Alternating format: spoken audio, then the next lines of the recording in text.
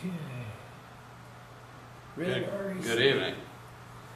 This is the November 16th, 2011 Constitution Meetup in Austin, Texas. I'm John Rowland, and we're going to have several things to discuss this evening.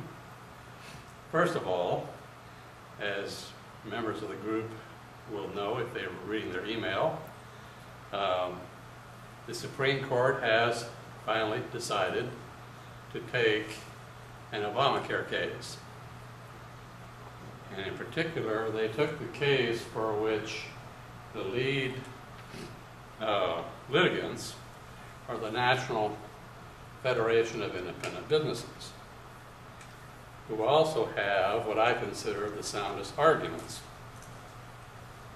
The lead counsel for the NFIB is Michael Carvin, with whom I correspond regularly. And he has a brief which makes many of the same points I'm fond of making. What I'm trying to do now is to get people who file amicus briefs in the case to reiterate one main point in as many different ways as they can. And that is that the language carrying into execution in the necessary and proper clause, which is a restriction on powers necessary and proper, and has never been interpreted by the court, should be interpreted to mean only to make a certain kind of legal effort and not to do whatever is necessary, it might be deemed appropriate to get a desired outcome. So it's about effort, not outcome. And I want everybody to just repeat that over and over and over again. Effort, not outcome. Because if that can become established in the justices' minds, and at least 5 of them, then we could be well on our way toward unraveling this unconstitutional federal government. So everything's going to really depend on that. So I've been busy corresponding with everyone I know who is likely to be filing an amicus brief in the case, and trying to encourage them to make those arguments, even if they know everybody else is going to make them. Because when you're dealing with justices of the Supreme Court, they're just people like anybody else. They respond to repetition. And if they can hear the same thing being said by almost everybody in many different ways, it may resonate. Now, we don't know yet when they might hear the case. However, one thing was unusual about it. They scheduled 5.5 hours for oral arguments. That's about the most time that the Supreme Court has scheduled for oral arguments since it began scheduling for oral arguments. It used to just be done informally. But in the last, most of the decades of this century and the last, they schedule in a certain amount of time, and they generally stick to that pretty severely. So they're going to be hearing the case comprehensively, hearing most of the issues, and hopefully by sometime in the spring we should get the hearing, and maybe by late spring get a decision. Now,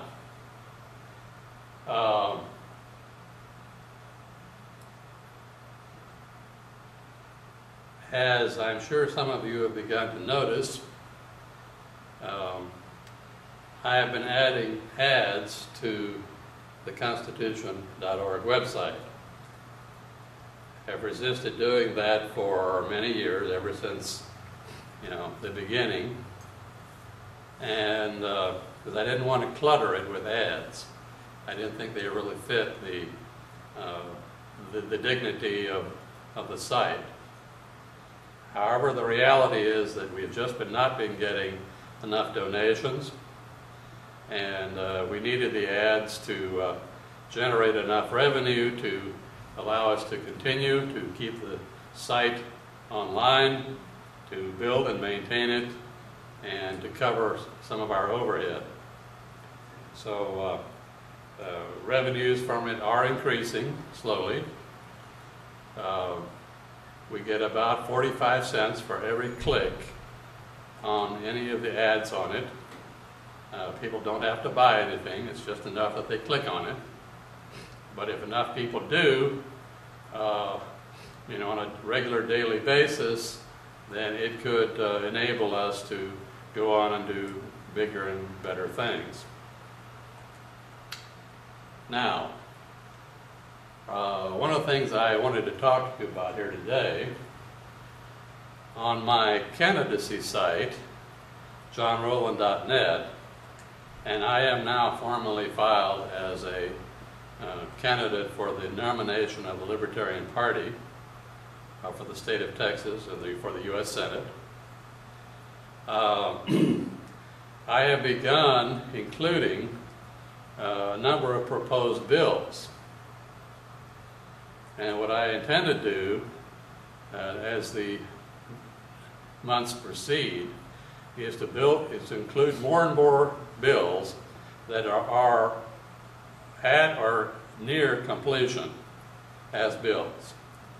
In other words, all of the ones you see here could be dropped into the hopper after being signed and co-signed by a co-sponsor, the second, as is. They would not really need any further or much further work. Of course, further work can be done in committee, but it's generally better when you introduce bills in Congress to introduce them in a form that's as near as complete as possible. If you can anticipate all the things that anyone might want to change in them and provide ways of covering that, so you know you don't leave any holes, you don't need anything, leave anybody for anything to try to fill in, and then when you introduce it, to provide solid justification for everything that you do have and answer all the questions and objections anybody might have, then you hit off a lot of the opposition at the outset. Of course, there'll still be some who are going to object to anything just on general principles, but at least you don't want to give them more to pick on than is absolutely necessary. And there's a fine art to doing that. When I went to Washington, D.C. in 1970 to lobby for various public interest causes as an unpaid volunteer lobbyist, I didn't go with money or votes. What I had was skills, and so I volunteered to help members of Congress. And the way I earned my access and influence was to help them draft or review legislation. Started out by them asking me to look over bills to advise them on whether they should support them, or if they needed changes, what changes were needed. So I was busy reading over bills and finding flaws in them and advising the member. But the members also had some legislation, most of them, that they wanted to introduce, but they weren't satisfied with the work product they got out of either their own staffs or the Congressional Research Service, which is a kind of a agency within Congress of staff members that does nothing else except do research and draft legislation. Well, the problem is that they don't always get it right. The members can send them its specifications, and they don't quite get it, or they're in a hurry, or whatever, and what they send back to the member is very often just the opposite of what he wants. So one of the things I learned in my more than 2-year stay in D.C. was that the way that lobbyists earn most of their influence is not, contrary to popular opinion, by getting donations from members. They certainly do a lot of that. But the main way they gain influence is by doing the staff work, often on bills for which the lobbyist has no professional interest whatsoever. But because they have the expertise, they are often able to craft legislation that no one else around has the skill to do. And once they do that, then the congressman will answer their calls, will visit them, will listen to what they have to say, and so forth. So that is the key to building influence and power in Washington, is being able to do the work competently. So if it were not for the lobbyists, Congress would not be able to turn out even a tenth as much legislation as it does. And most of what they did would even be worse than what they turn out now. There are more than 20,000 bills introduced in each House of Congress every year. Only a small number of them ever even get a hearing, much less get passed.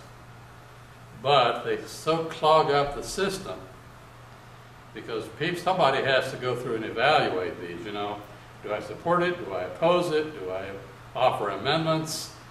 Do we have a hearing on it? Should we pass it out of committee? You know, what should we do with it? This is a tremendous overload on what is essentially a bottleneck. The members and their immediate staffs are a bottleneck.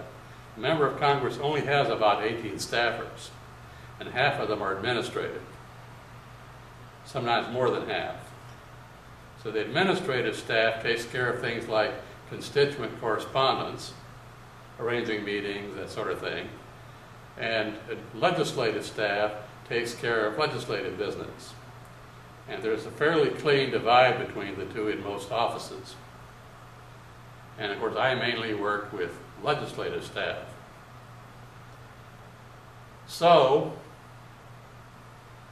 I learned how to gain that kind of influence. Now, as it happens, most of the legislation I helped write were for things that also interested me. But I was prepared to write legislation on other things as well. So I learned the mechanics of how you draft legislation. Now, the first thing to realize is that most statutes are restated and codified into the United States Code. This is done by an office in the House of Representatives, the Office of the Law Revision Council. It's basically a bunch of staff lawyers who are responsible to the U.S. House, not to the Senate. And what they do, they go through, they extract clauses from actual bills, number them, sometimes reword them, and put them into the United States Code. Now, what often happens in court cases and in other situations, people will cite the United States Code, not really realizing that there's a statute behind that is the real law. Congress does, in fact, sometimes pass provisions of the U.S. Code directly. Increasingly, over the years, bills are introduced which essentially amend the U.S. Code. So they write to it directly. They add clauses, they amend clauses, and so forth. But there is also legislation that never finds its way into the U.S. Code, or if it does it in things like deletions, where provisions are deleted. So, when you're drafting legislation, if it impacts existing legislation, then part of what you have to do is to go through the United States Code and find any conflicts and bring them out and put them in the bill. So it would contain clauses like to amend such and such a article in section to read such and such, or maybe just delete it. So you have to scrub the existing U.S. code, which means you need to know where to find things. And in a few minutes I'll show you an example of some of how that's done. So what my lead act here is the Firearms Infringement Repeal Act.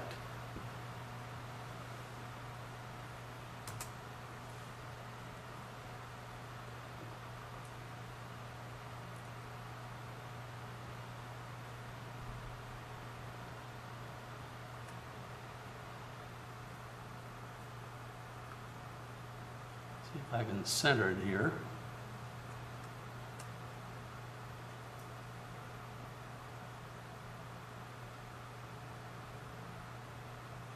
And of course, this is written for the United States Senate, since that's the house I'm running for.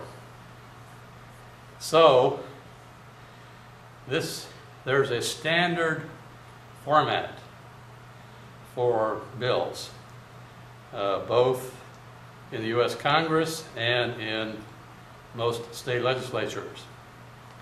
If you'll see on my other site, I have bills for the U.S. for the Texas legislature, in which I follow the format for the Texas legislature. You may recall from earlier discussions where I have proposed amendments to the Texas Constitution, and I follow a format there that 4 amendments to the Texas Constitution. But this one is just a ordinary statute, except what it does is it repeals stuff. Now, if you can direct the camera down at me here for a second. You won't be able to see it on the screen anyway, so I'll just talk your way through it. If you go to jonroland.net/firearms, you can get this. So this would be the 112th Congress, first session. And I have an S period and a blank.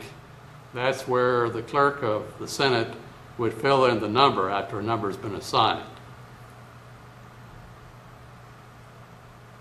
And then I have a lead sentence.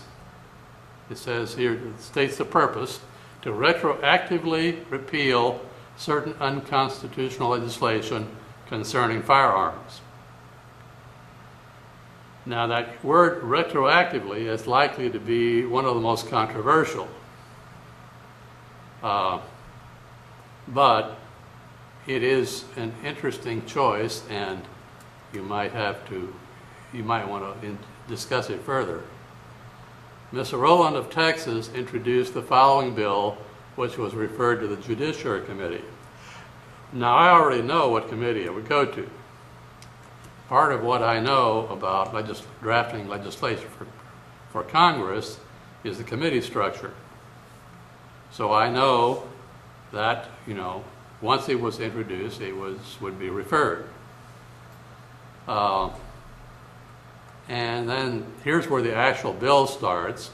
A bill to retroactively repeal certain unconstitutional legislation concerning firearms. Then there's the lead phrase here: be it enacted by the Senate and House of Representatives of the United States of America in Congress assembled. Section 1, short title: this act may be cited as the Firearms Infringement Repeal Act of 2010. Well, of course, I need to update that, and now it would be 2012. This was written, by the way, at a time when I was contemplating running in a special election to replace a resigned Kay Bailey Hutchison, but she decided not to resign. So we moved up all the dates 2 years. So Section 2 is findings.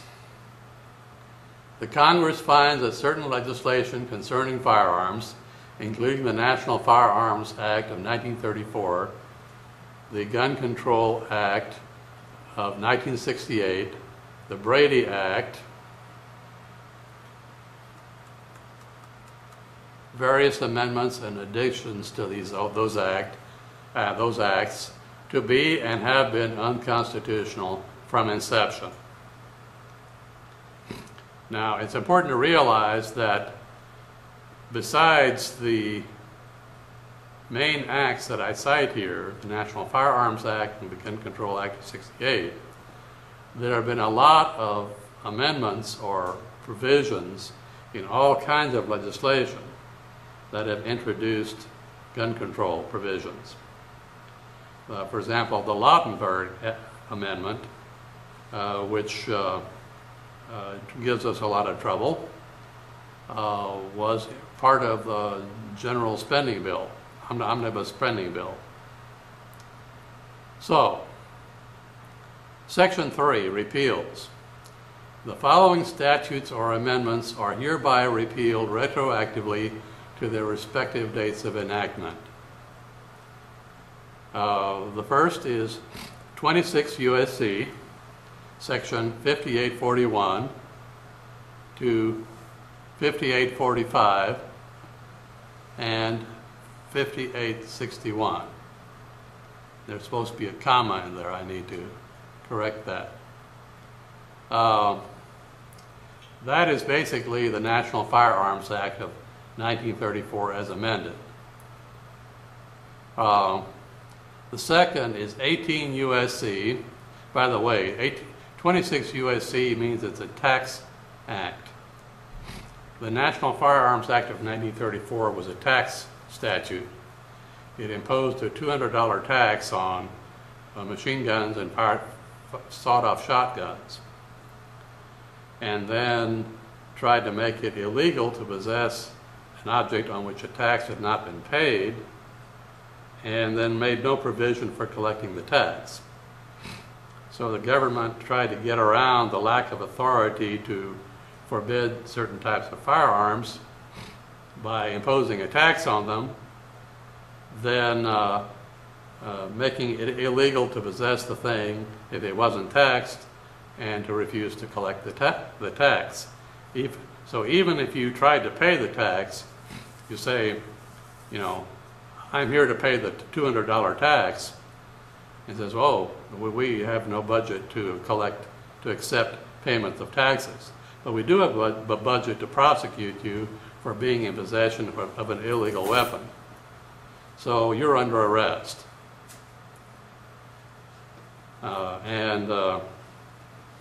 That the constitutionality of that was litigated in a famous case, Rock Island Armory, in which the initial decision was correct and later was overturned on appeal. But you can find on our website the Rock Island Armory case, how it was initially decided correctly and later was overturned. Then these next two concern parts of the criminal statutes, the criminal code. 18 U.S.C. is a criminal code, and it's sections 922 to 924, 926, 926A, 926B, 926C, 929, and 931. And I have an incomplete, here's where it's not quite complete yet, all statutory provisions encoded in, and here's where I would add any additional sections I may have overlooked up here. And then I have another one, 18 U.S.C. section 842P. And again, I've left a blank here to add some additional ones. Now, Section 4, remediation. A, convictions to be set aside. And here's where we get to interesting situations. See, part of the problem, what a lot of people don't realize, if they want, it's easy to say, let's just repeal it all. The problem is that there's been a period of time during which it was being enforced, and it's not enough to just repeal it going forward. You need to deal with the situation that occurred, or that results from it having been enforced for a long time. So you can't just cut it off, you have to deal with the legacy that it has created. So in Section A here, I provide convictions to be set aside. Any person convicted under any of the above repeal provisions shall be entitled to have his or her conviction set aside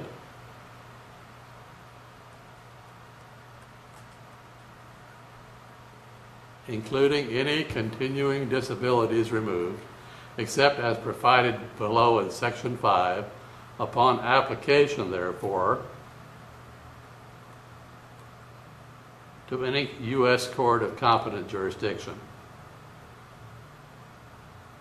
Now, it provides for an exception, and later on we're going to examine what that exception is and why it's needed there. Section B, compensation for wrongful conviction. Any person convicted under any of the above repealed provisions shall be entitled to receive compensation at established rates for wrongful conviction, including any attorney fees and court costs. Now, one could argue that there should be an amount named here, but there is an established rate for such things, and I would prefer to have that handled in another section of the code. Now, one of the things I might do is refer to that other section at this point where it would spell out exactly what the standards should be. Now, here's where we get to our exception. Section 5, exception for disability removal. Removal of a disability to keep and bear arms is not required under this Act if any of the following conditions have been met. A, the disability was imposed by a court of competent jurisdiction for actions committed on a territory for which Congress has exclusive legislative jurisdiction, and either 1, it was imposed as part of a sentencing order, upon conviction of the defendant for an act committed on that territory and as prescribed in the statute under which he or she was convicted, or 2, it was imposed upon unanimous verdict of a jury of 12 on proof beyond a reasonable doubt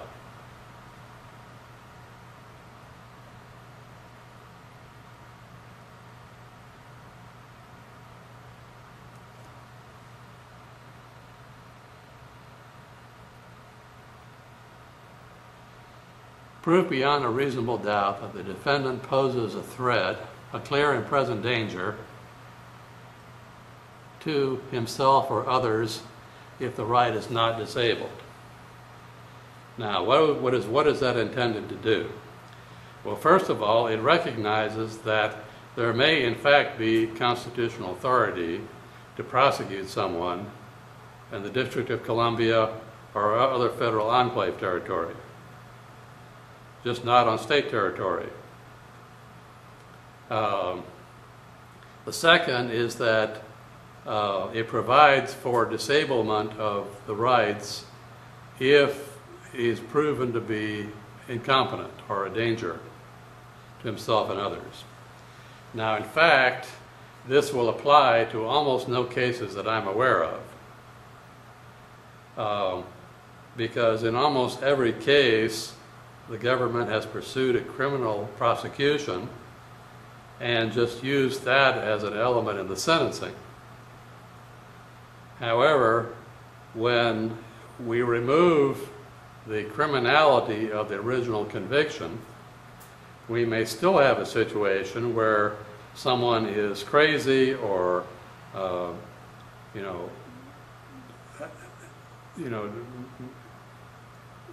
retarded or has some other disability, that would make it unwise for him to have his disabilities of carrying the right to keep and bear arms restored.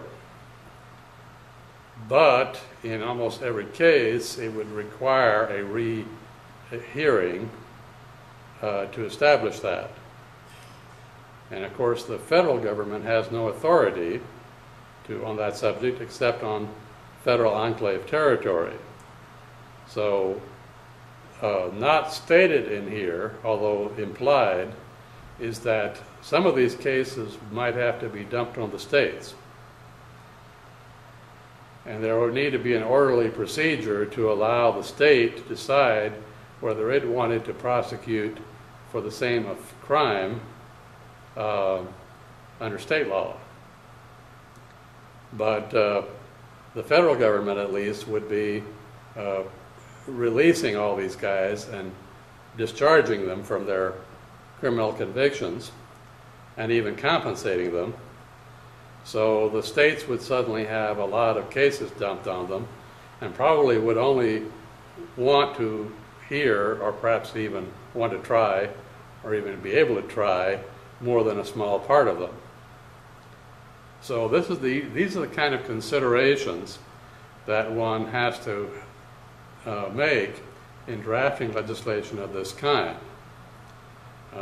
If you don't do this, then you're immediately going to get a flood of opposition saying, well, what happens if we release all these guys, or a lot of them are dangerous, or are they just going to be allowed to go out on the streets and commit crimes with their guns now?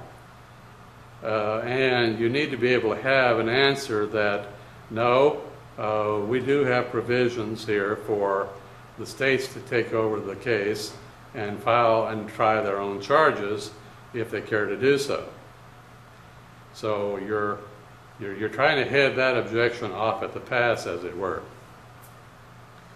Now, as I pointed out, this bill is not really quite finished. It could be filed in this present form, but it would require a little more work.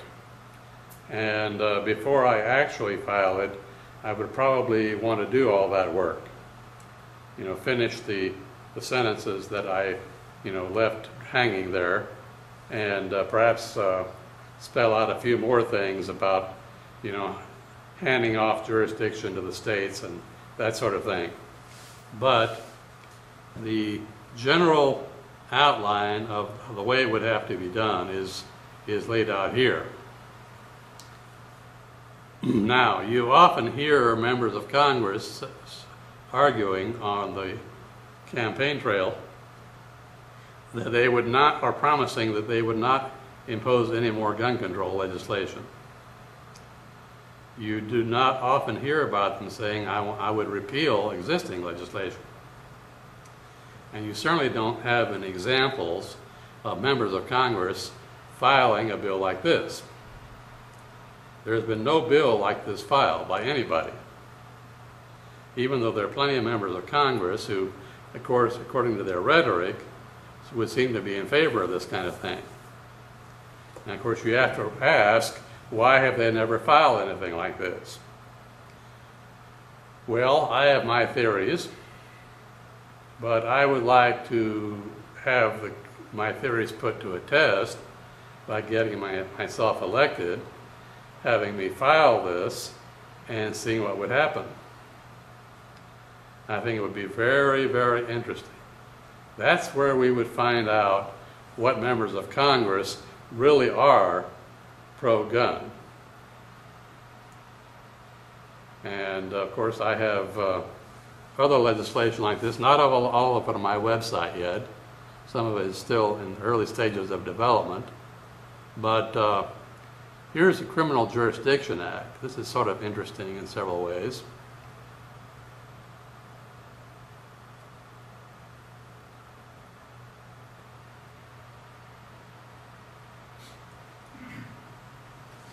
A bill to define the territorial boundaries of the United States penal legislation.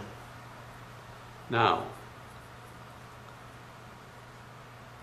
by original understanding, there were three kinds of jurisdiction: territorial, personal, and subject matter. That was understood from the very beginning throughout the 19th century, through much of the 20th century. But in the 20th century, if you start examining the law books, the law dictionaries, the legal literature, you find an attempt by the establishment to write territorial jurisdiction out of the law. Some say, oh, it's just a form of subject matter jurisdiction. No, it's not. It says, oh, well, it's not really that important, or well, just, generally to deprecate it. Well, the reason for that is because the establishment at the federal level has been trying, in effect, to extend federal jurisdiction to everywhere in the universe. Not just throughout all the states, but or all the oceans, but in every country, everywhere. Well, nobody elected them to be the world government, and certainly not the universal government. But they found restrictions on territorial jurisdiction to be inconvenient, so they just have been systematically trying to ignore it or write it out or deprecate it or do whatever they can to avoid having to be subject to those kind of restrictions. The situation can be understood. I like to provide a kind of a thought experiment centered on the Four Corners area, where New Mexico, Colorado, Utah, and Arizona meet at a point. In this hypothetical, Jim is pursuing Bob with a gun. Bob is running away, trying to get away from Jim. And they go circling around the Four Corners.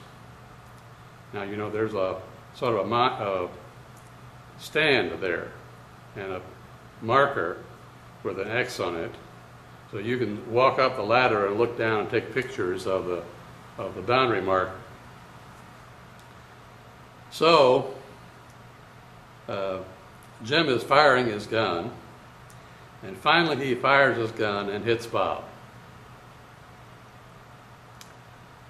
Now, at the time that the gun is fired, that fires a fatal bullet, he is standing in Colorado. His head is in Utah. His hand holding the gun is in Arizona. And poor hapless Bob is in New Mexico when he's hit. But he doesn't die right away. He managed to crawl off and get to to Oklahoma, where he dies. And Jim flees to Texas. Now, he's caught in Texas, and you have requests for extradition by several different authorities. New Mexico wants him, Colorado wants him, Utah wants him, Arizona wants him, Oklahoma wants him, and 2 Indian tribes want him, the Navajos and the Paiutes, because it's part of their reservation. So you've got 5 states, 2 Indian reservations, and what is Governor Perry supposed to do with those extradition requests? Now he knows that whoever he sends the guy off to, the others are going to sue him. So he goes to Greg Abbott, and of course Greg Abbott doesn't know what to do.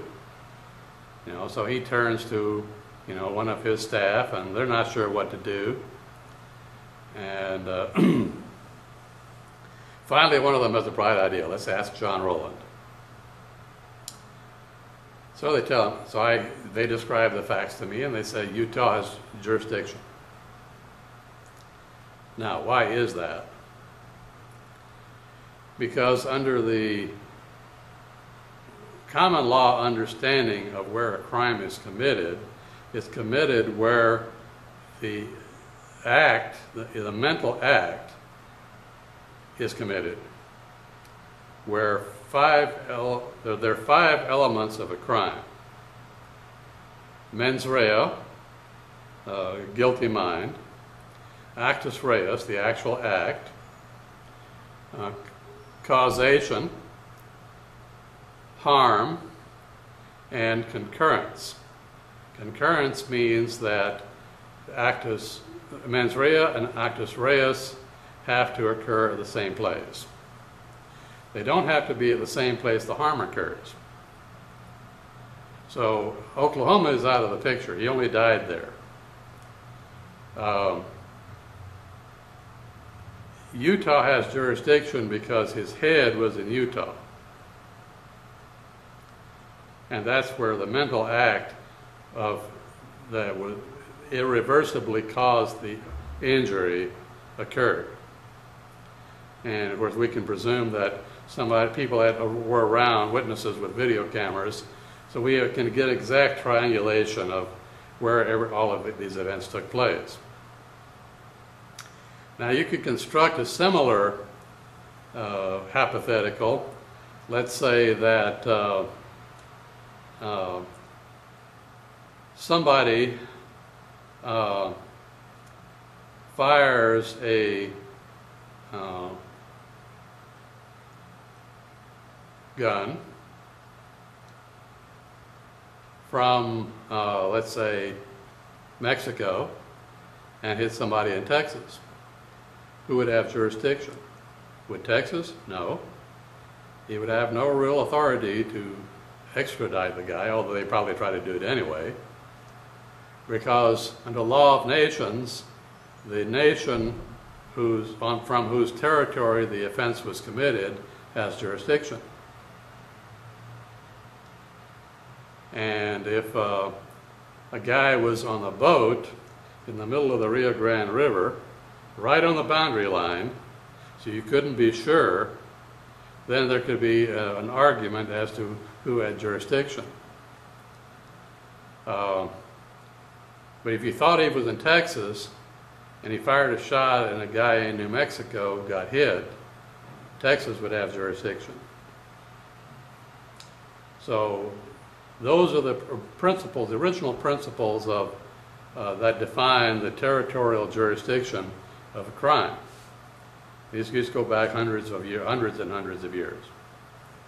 But they're being ignored in modern times. Now the feds try to seize jurisdiction over any crime that occurs anywhere. For example, they prosecuted Manuel Noriega for crimes committed in Panama of conspiring to smuggle drugs into the United States. Well, the only trouble is leaving aside the fact that there is no authority for the crime itself, he wasn't on U.S. territory when he did it. So, strictly speaking, the U.S. government had no territorial jurisdiction. It was unconstitutional. And that's true of a lot of crimes that the federal government prosecutes. So one of the things this bill tries to do is to deal with this situation. And what we're doing here is we are clarifying the boundaries of criminal jurisdiction, territorial boundaries. Section 2 findings. The Congress finds that certain legislation concerning crimes to be and to have been unconstitutionally applied to exclusively state territory, and that the territorial boundaries of penal jurisdiction needs to be defined. Section 3, enactment and repeals. With the following exceptions, all criminal or penal statutes shall apply, if at all, only to acts committed on territory outside of the exclusive jurisdiction of the states, which excludes enclaves created under the United States Constitution, Article 1, Section 8, Clause 17.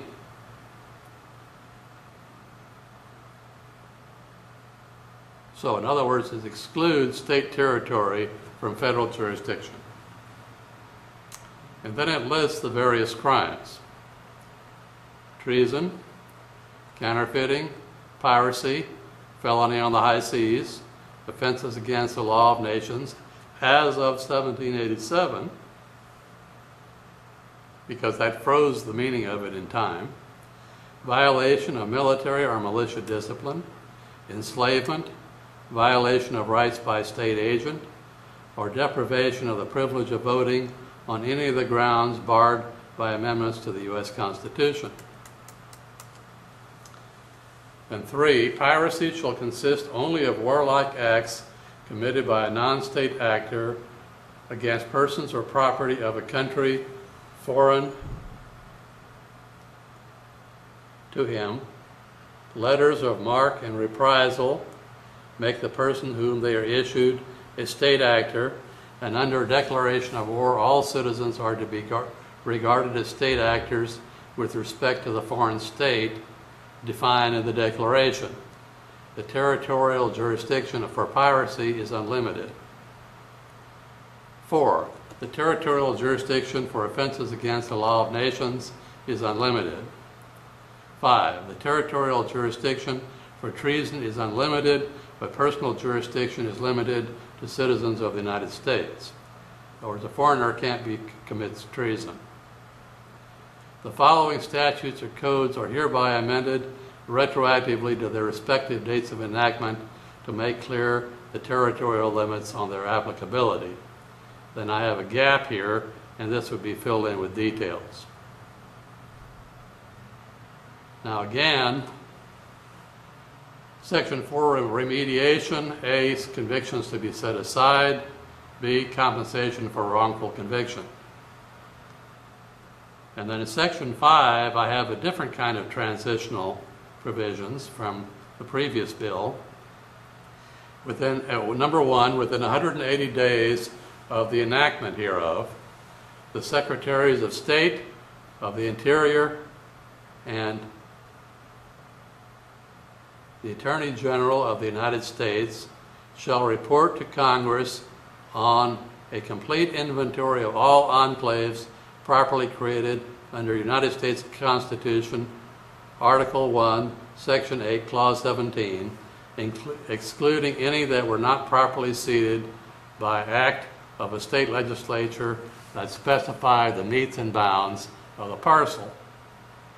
Now, what does that last clause mean? Well, during the 1940s, a lot of states ceded jurisdiction to any parcel the federal government might choose to buy without specifying the metes and bounds. A lot of military bases and courthouses got set up that way. That's unconstitutional. The legislature has to specify the boundaries. So what I'm doing here is retroceding all those parcels unless or until the state legislature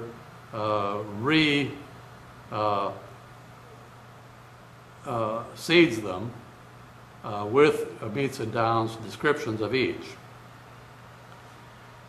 Number 2, all enclaves not seeded by state legislative act that specified the meets and bounds shall be deemed to have been retroceded to the state unless the state shall correct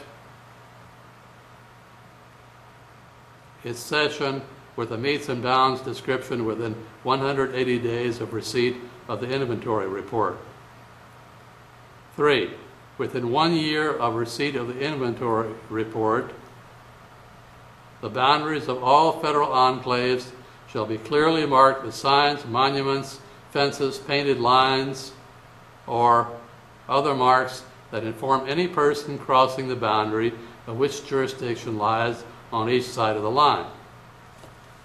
In other words, creating signs saying you are now entering federal jurisdiction, you are now entering state jurisdiction, and leaving federal jurisdiction. So there would be no doubt in anybody's mind what kind of jurisdiction they were under. And for an amount of $100 million is hereby appropriated to pay the costs of marking the boundaries. Now that might not be enough, but it ought to be enough together with the rest. They can take the rest out of their administrative, or maintenance budgets. So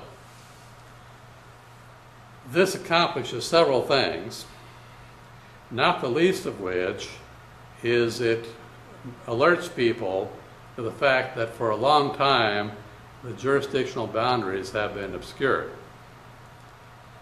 And once the signs were erected, people would be regularly alerted to what jurisdiction they were in, and therefore invited to inquire, what law am I subject to here as opposed to over there? And not automatically assume that all federal laws apply everywhere, which they don't. So part of the purpose of this is to build public awareness of the limits of the law, in particular the territorial limits. So it's intended to accomplish a number of things, and it throws in an expenditure to sweeten the pot for particular members of Congress who have such enclaves in their district, it might create a few jobs for their constituents. So as an old friend of mine, Jesse Cuellar of San Antonio, once put it, nothing happens in politics unless you first create an avenue of corruption. He said a channel of corruption. So sometimes you have to sweeten the pot with a earmark here in order to get a needed reform made. But that's a small price to pay if it's made. So these provide a couple of examples of bills. Now here's one that really is ready to be dropped in. Nothing more is needed. These are amendments to the U.S. Constitution. And what I've done here, the standard form, although most resolutions are proposed as joint resolutions, that is not correct. The President does not have to sign a resolution proposing an amendment to the Constitution. And a joint resolution is supposed to be signed by the President. So a concurrent resolution is where both houses of Congress pass something jointly, but does not require the President's signature. And so that is appropriate for amendments to the Constitution. And this leads off proposing clarifying amendments to the Constitution for the United States. Resolved by the Senate and House of Representatives of the United States of America, in Congress assembled, 2/3 of each house concurring therein, that each of the following articles, without the numbers and titles, are proposed as amendments to the Constitution of the United States, which shall be valid for all intents and purposes as part of the Constitution when each is separately ratified by the legislatures of 3/4 of the several states within 7 years after the date of its submission for ratification. Now then I proceed to just list all of my proposed amendments. The original 12 proposed amendments, 10 of which became the Bill of Rights, were proposed in a format much like this. So you don't have to have one resolution for every proposed amendment. Congress will have plenty of opportunity to debate whether to include each one, but I go ahead and throw them all in one bill and then let them struggle with it. Because, of course, part of the purpose of submitting a bill like this is to rally public support. And initially, I would hope that enough people would like some of these to rally behind support of them and a spillover for the bill as a whole. And if they opposed any of them, they could oppose them without opposing the rest of them. So this would be a way of stirring the pot of public debate, and which would hopefully, even if they were never proposed, or even if they were never ratified, the debate itself is likely to be extremely useful in moving public discourse in the right direction. Now, I have another concurrent resolution like this for remedial amendments and another for substantive amendments. Those are amendments that would actually change something in the Constitution. But this first group is only to clarify.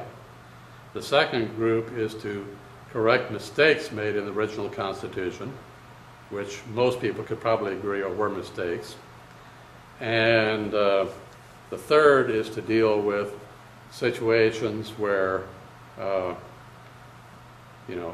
Constitution just doesn't cover it, and we have tried to cover it in awkward ways that are unconstitutional, and this would provide an opportunity to actually make it constitutional. Now, I might not support all of them myself. I tried to write them in a way that I could support them, but again, this has educational value. And I suspect that if I were to introduce all of these in the first few weeks after taking office, they would tend to dominate public discussion for the next several years.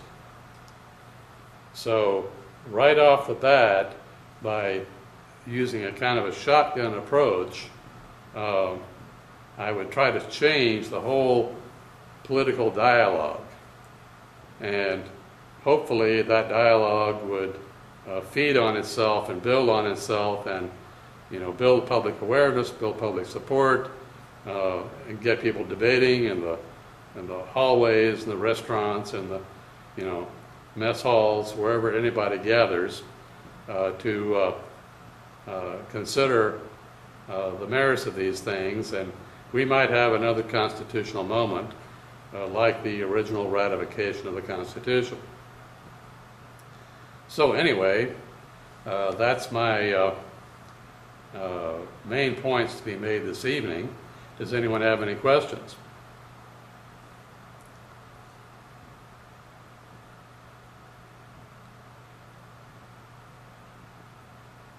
In all of your activity, one thing that's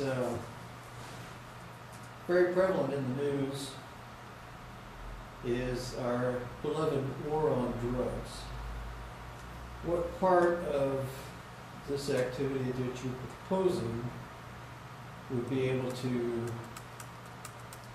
shed a light on the horrors of that misregulation? Okay, the war on drugs is based upon two clauses, the Commerce Clause and then the Necessary and Proper Clause. And the basis for it began with the case, 1819 case of McCullough v. Maryland, which was about the National Bank opening a branch in Maryland, and Maryland trying to tax it. And Chief Justice Marshall for the court ruled that it could not tax it because it was an instrumentality of the central government. Now, the fact that it was also a commercial bank, which just happened to hold federal money, collecting taxes, receiving tax collections and dispersing funds and so forth, he construed to make it all a federal instrumentality. I happen to think that was incorrect. The proper decision would have been to separate out its handling of public funds from its handling of private funds. But if it was to be taxed, it should be taxed on the same basis that Maryland would tax one of its domestic banks. So it couldn't constitutionally impose a greater tax on an out-of-state bank than it could on its own banks. It had to tax them equally.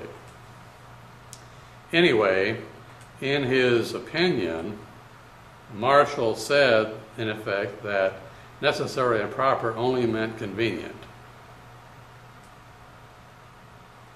And ever since then, there have been a succession of opinions that have crept forward a little bit every time to expand federal power. The key one was Wickard v. Filburn in 1942, in which a farmer was prosecuted for growing his own and consuming his own corn that was subject to price and production controls. And the argument in the opinion was that eating his own corn had a, quote, substantial effect on interstate commerce. And therefore it could be not only regulated, but criminalized. Well, in fact, there's nothing in the power to regulate that implies a power to criminalize. The first statute criminalizing anything under the Commerce Clause was an 1884 statute on the shipment of tainted meat in interstate commerce, which was allowed to stand, and that became the foot in the door for that line of reasoning. So, what I do here is, first of all, I clarify the meaning of commerce, and then I clarify the meaning of necessary and proper. Clarification of commerce. Commerce shall consist only of transfers of equitable interest and possession of tangible commodities from a seller or lessor to a purchaser or lessee. It shall not include transport without such transfer of interest, nor extraction, primary production, manufacturing, possession, use, or disposal, nor shall it include the other activities of those engaged in such transfers. It shall not include energy, information, or financial or contractual instruments. Commerce among the states shall not include sales or leases within a state. Then, clarification of necessary and proper. A power shall be construed as necessary and proper for carrying into execution, that is, to make a limited, reasonable effort strictly necessary for a proper public purpose as defined in the preamble, and not to do whatever might be deemed convenient to get an outcome for which the effort might be made. The powers to tax, spend, promote, regulate, and prohibit or punish shall be construed as, each be construed as distinct, with none derivable from any of the others, and none shall be exercised as a way to avoid the lack of a power to do one of the others. Now, there's some question, of course, about whether this would really be sufficient. It's very hard to write one that would be more restrictive. I think that it does in fact cover what needs to be done here, but time will tell. If it were enacted, it would certainly overturn all those precedents going all the way back to McCulloch. Certainly Wickard, Reich, Comstock, and a lot of other opinions. So, and of course we could clarify further in the legislative history of this exactly what was intended here. But to try to keep it reasonably short, what I'm doing is emphasizing that carrying it into execution is only to make an effort and not to get an outcome. And I think if that were done, that it would accomplish the purpose. That, of course, is what I'm trying to do in the present case that the Supreme Court has taken on the Patient Protection and Affordable Health Care Act, building on the brief of Mike Carvin for the National Federation of Independent Businesses. So basically, this amendment would do what the court might do if it makes the right decision in that case and addresses the meaning of carrying into execution properly. Now, if it doesn't, this would become especially necessary. If it does, then, well, if this amendment might not be necessary. So we can always hope. But we'll just have to see. In the meantime, I think it's useful to propose these amendments as a way to entrench and solidify the line of argument they represent. So these would, it basically would shed the light on the intentional obfuscation of the limits of the powers, and would also remove the general mindset that's allowed these various aspects of the war on drugs to be put in place? Well, we can't say that it would remove the mindset, because mindsets are hard to remove, but it would at least remove the ambiguity in the language that they can seize on to try to achieve their objectives. What we're trying to do here is to make the language of the Constitution much more specific. It was originally written to be very brief, but in the brevity lies a lot of risk of ambiguity. And in fact, that's what we wound up with, were brief but ambiguous provisions. And subsequent generations have seized on that to try to pursue their own agendas. It's just like in contract law, or of course in statutory law as well.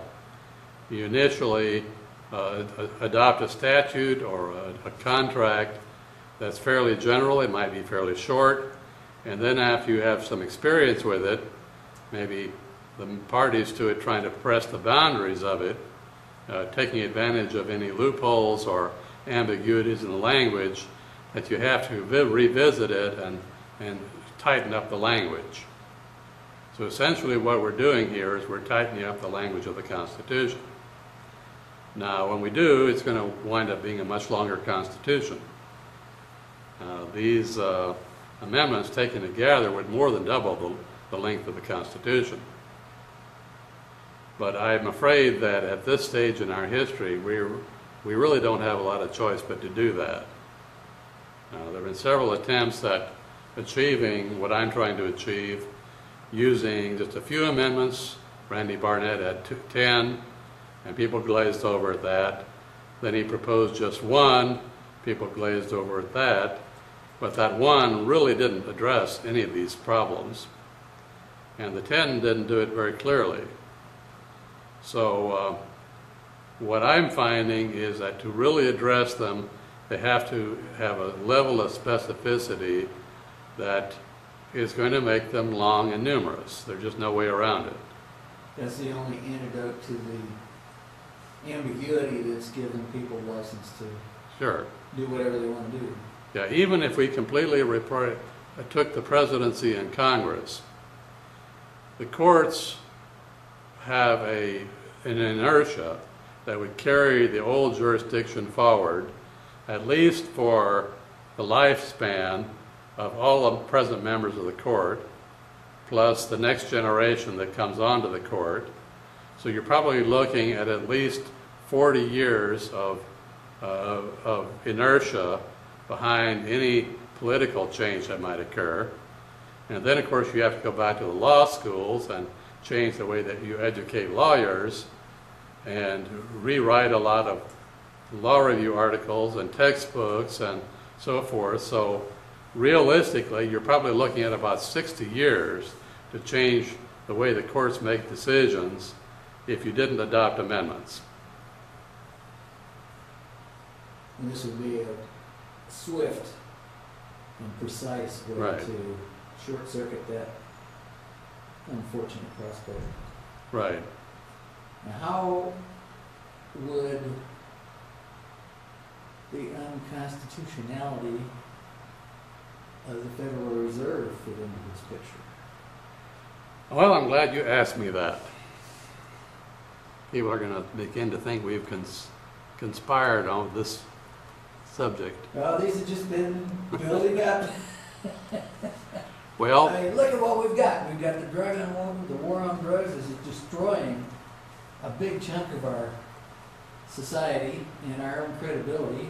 And the Federal Reserve and all this crap that's going on with fiscal irresponsibility. You know, the Federal Reserve right smack in the middle of it, and the core of it is actually Congress.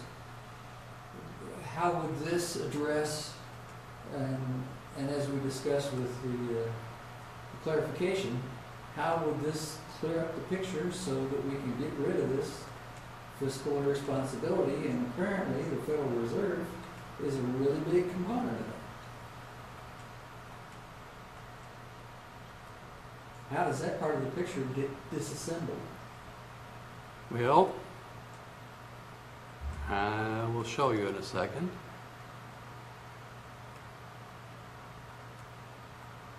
Kind of trying to wonder why some of these are bigger than the others, but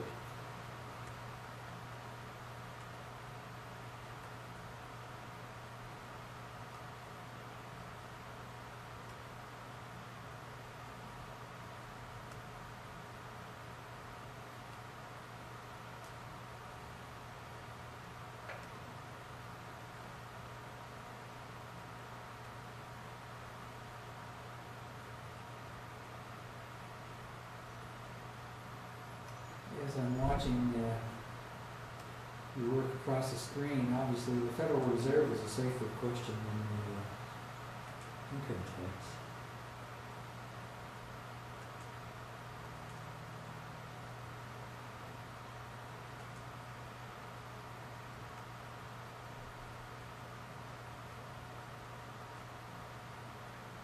here we go.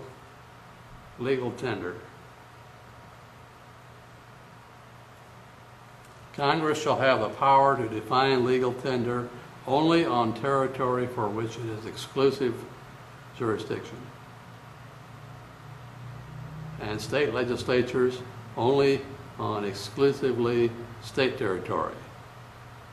Neither Congress nor the states shall make anything legal tender that does not consist of or is backed by gold, silver, or energy for use, nor use anything but legal tender to pay its debts, or accept anything but legal tender for the payment of taxes.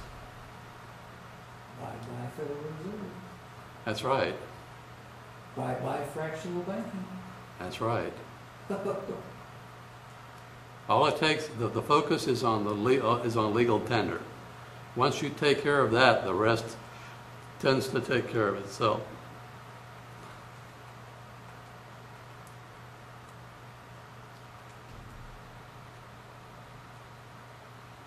And that's one of those,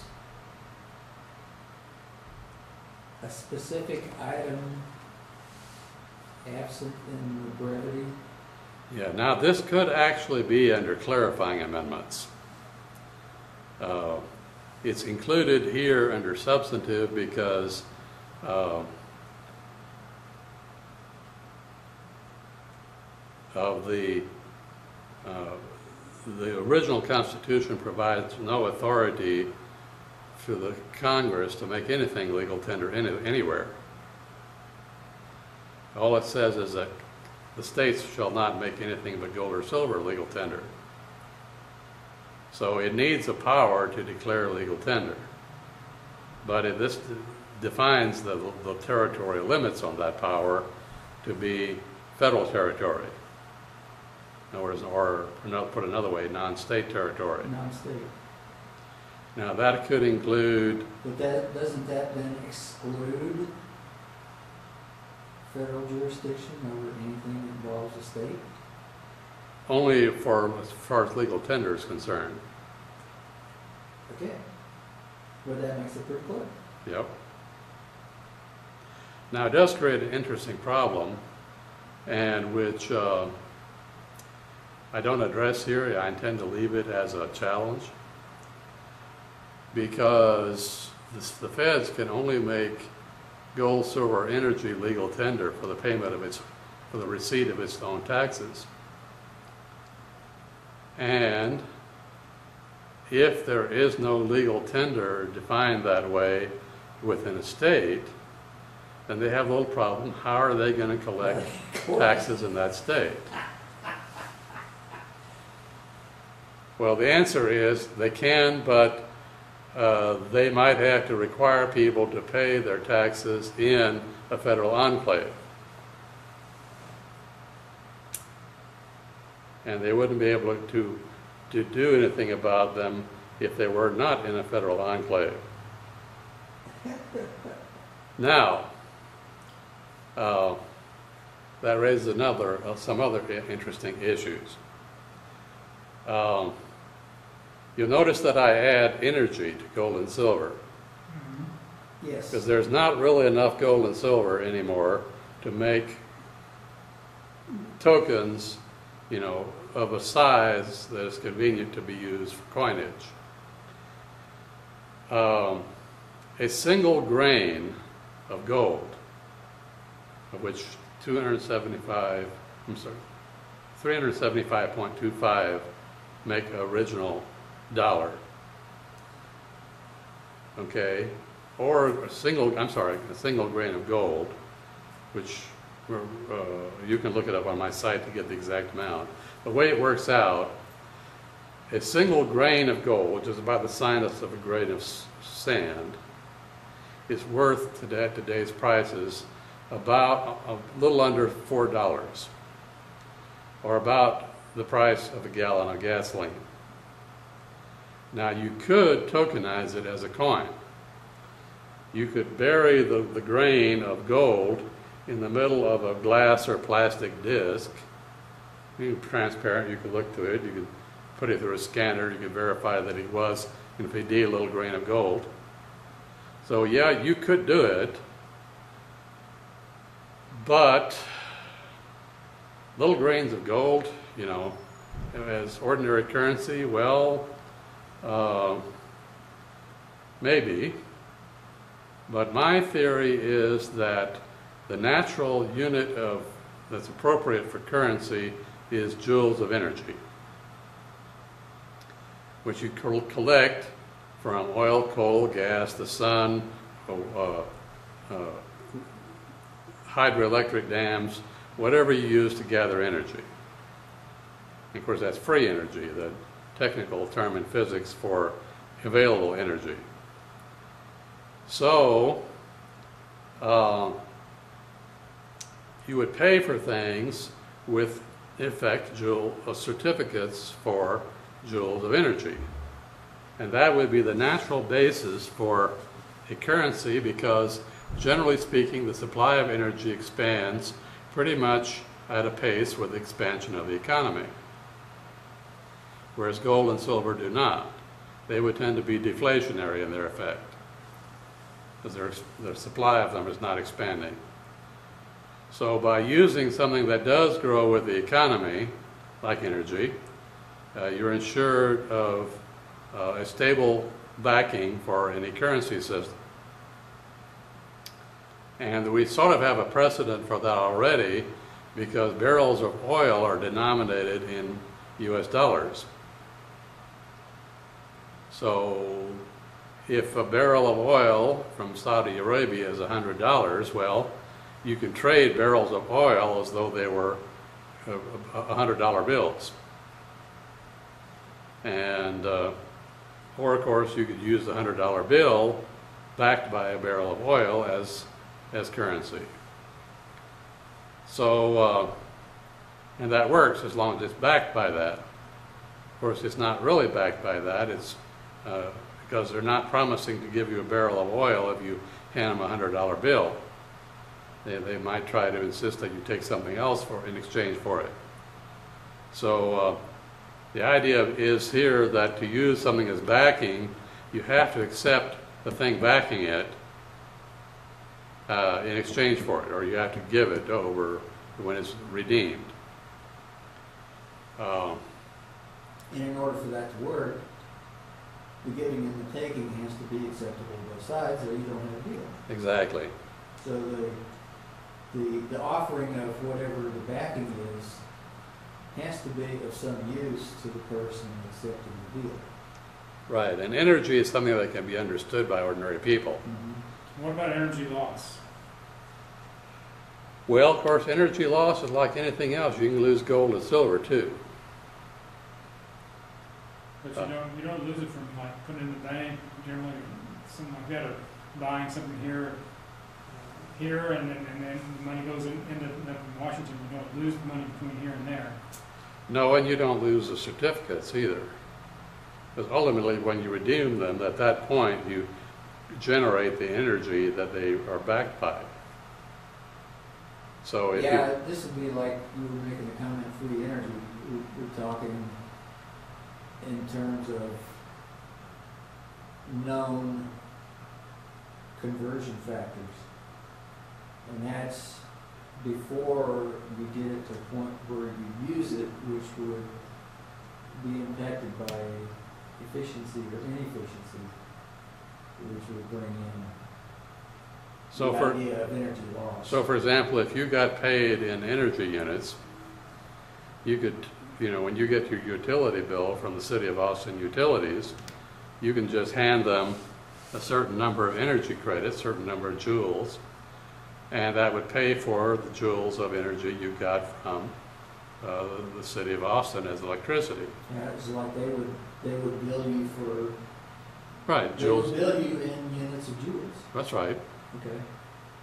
Now, of course, they use kilowatt hours. Right. And they Well, turn it into dollars. Right. And this would avoid having to turn it into dollars. You'd be dealing directly in joules of energy. Or it could be kilowatt hours, but I think joules is a metric measure, so Right. I recommend that. Ultimately, will And even water has its equivalent in terms of joules of energy. The cost of water is essentially the cost of the energy it took to deliver it out to your tap. And that's largely true also of trash pickup and sewage. So almost everything we buy or sell or use, the price of it is largely dominated by the energy that went into delivering it. that's been known by those who wonder about it, and most everybody else is oblivious to it for years, is the actual cost of food is really driven by the cost of the energy required to produce it. That's right.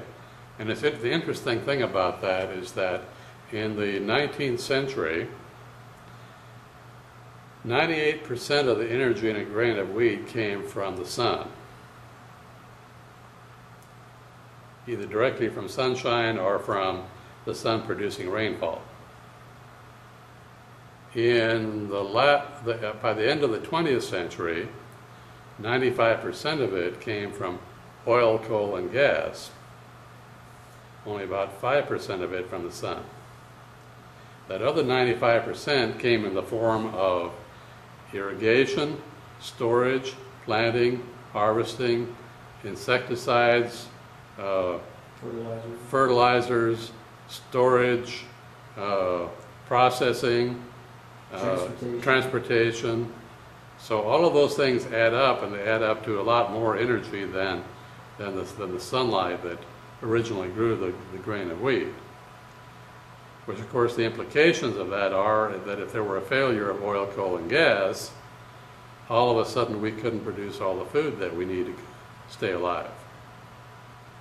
And that's a really, really gross oversimplification of what nobody's thinking about is if some of these other crises do come to pass. And we saw it a little bit a couple of decades back where farmers had their energy fuel costs skyrocketed. It's happened again a little bit, but it was almost critical. I was living in agricultural state where it was very much part of the news where they weren't going to be able to get their crops in the ground or harvest them because they couldn't run their tractors.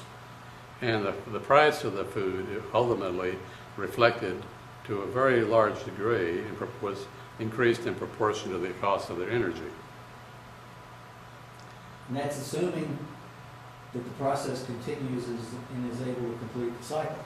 And what I saw happening was we were reaching a crisis point where the cycle was going to be stopped. Yeah, and of course any sudden change in the cost of energy or any other such thing, but especially energy, can be disruptive because it takes a while to adjust to it. And while during the adjustment period, a lot of the normal flows of production can be interrupted. And we saw that with the oil embargo of 1973. The oil-producing countries increased the price of oil by about a factor of 5. Well, the immediate response to that was gas lines at the pump. Yeah, 1973, when that happened, I happened to be residing in Denver at the time. We were experiencing gas wars. Yeah. And a week or two later, we were sitting in line at the gas station. Yeah. We went from gas wars to curtailed availability, Yeah. just in a matter of days. And what's interesting about that is that over the next few years, the currencies of every country inflated by about a factor of 5, so that at the end of that period, they were paying about the same amount in terms of real value of their money that they were before the oil embargo. So the market adjusts itself.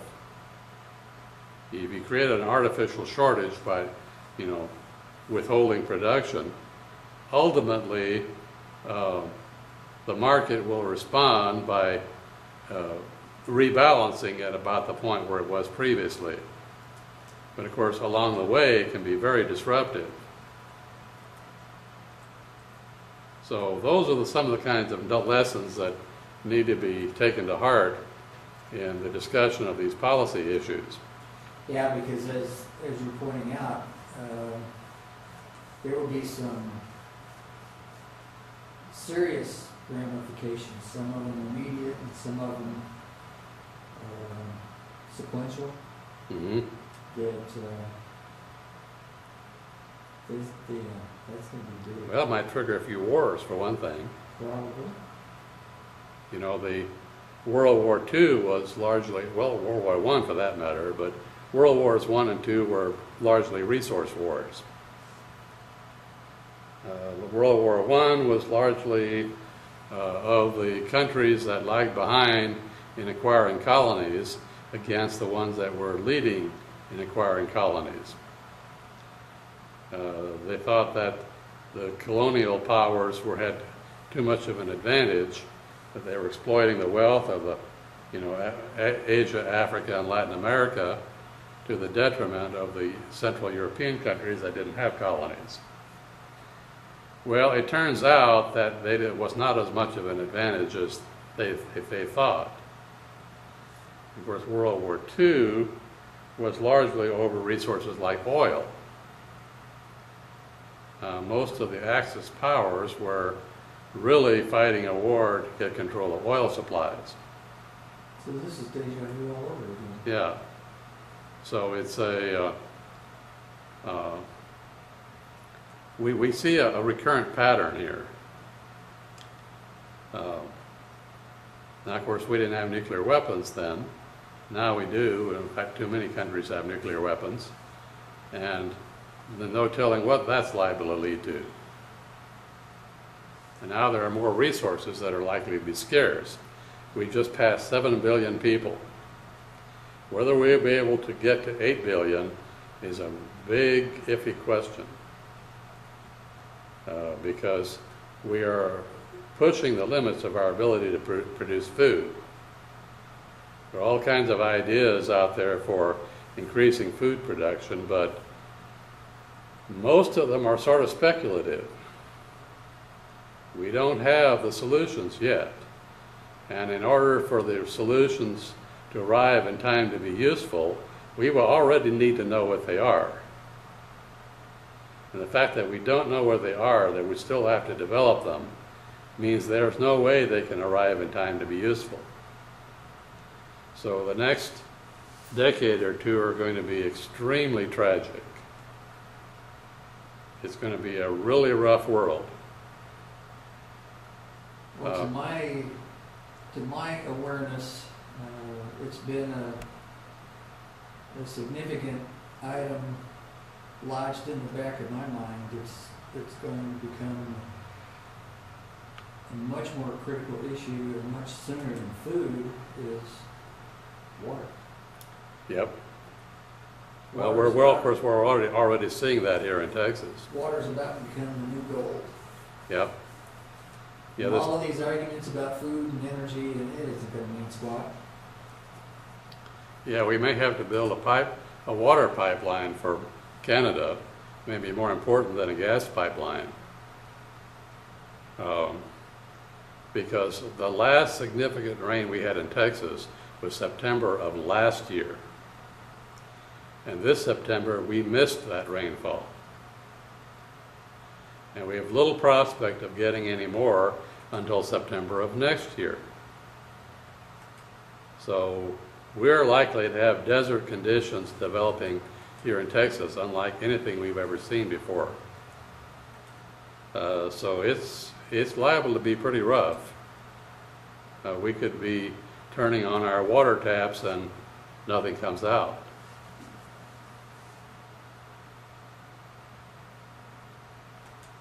Because we don't mind archaic water here the way that some places do. There are whole regions of Arizona and New Mexico that are now mining their water that was laid down hundreds of thousands or millions of years ago. They're nearing the bottom of their aquifers. When they run out, there's going to be a mass migration out of those states. Well, when Texas only has to hit the bottom of its lakes, and when it does, we're going to be in trouble. We're really close now. Yeah, well, you can already walk across Lake Travis, or at least out to, what do they call it? Sometime Island? Now Sometime Peninsula. Yeah. So we need to prepare for things getting worse. And of course, my aim as a member of the Senate would be to prepare us for it. There are limits to what we can do, but we need to face the fact that there are limits to what we can do and do what we can. Well, part of that with what you're describing here is clarification. And once we get the clarification, then all of the energies that are being directed to things that have no business consuming our time and energy will cease. Right. Most of our problems are solvable in principle if we just cooperated in the right way at the right time, but we're not doing that now. The market alone cannot be depended upon to do that. We libertarians are fond of, preaching that the market is a solution to all problems. And in a sense it is in the long run. But it's easy to say that the invisible hand will guide the market and that it will eventually achieve equilibrium, yes, but the Sahara Desert is an equilibrium. So an equilibrium does not necessarily mean there are any people left alive. But that doesn't mean, of course, that governments know how to intervene, because they mostly don't. So if markets can't do it and governments can't do it, we are, what alternatives do we have left? The answer is nothing is obvious. But we have to come together as a but people. we better come together as a people and become very much smarter. Very willing to work together to explore with one another to find solutions, which we sort of market-like, but not necessarily driven by prices. So, as I said, there are solutions. They're not obvious, but we need to prepare to develop them. At least if there were enough convergence of thought, that would help some of the possibilities appear. Yeah. But we are nearing the end of our time slot here at the library. So if you don't have anything else, I guess this is a good time to end the meeting. Any last words anybody have, or questions, or? No? Okay. You